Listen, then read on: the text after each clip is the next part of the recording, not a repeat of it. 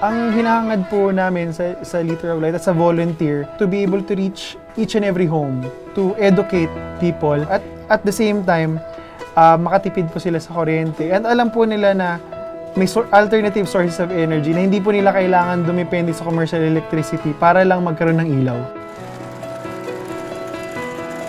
It is possible to do this, without being an electronics engineer, without being a technician, but just simple basic knowledge sa electronics.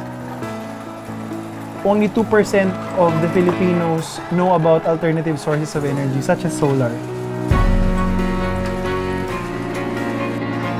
Ano po yung nagawa nung bote ng ilaw dyan po sa bubungan natin? Nakakatipid kami sa kuryente. Kasi pag-araw hindi na kami nag-iilaw dyan kasi yun na ang ilaw namin. Talagang maliwanag na maliwanag siya. Lalo pag sobrang ang init. Maraming natutuwa sa imbento na to, sa kuryente, na malaking tipid rin nila eh. Kaya gustong-gusto rin nila eh. Ito, wala na itong patayan eh. Nabalitaan namin na may mag-aano daw dito ng solar. So, interesado kami na matuto dahil kailangan namin yun dito. Kaya pumunta kami. So, magsimula muna tayo sa bote kung saan pumapasok yung araw sa umaga. Pero yung mas importante talaga is yung panggabi. The revisions we made for the standard solar bulb, kasi useful lang siya sa morning.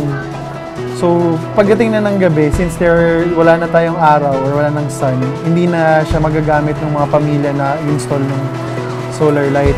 What we have here, we designed a simple circuit kung saan pagdating ng gabi, automatic magti-trigger siya, mag-on na yung light sa ilalim. Tapos, ginawa rin namin available yung buong sirkito na madaling intindihin ng mga tao. So, ito po yung dati nating bote. Ito po yung nadagdag na po natin yung ilaw. Pag umaga, nakita niyo po hindi gumaga kasi may araw pa. Pero pagdating po ng gabi, pag tinakpan niyo po yan, automatic po mag-on.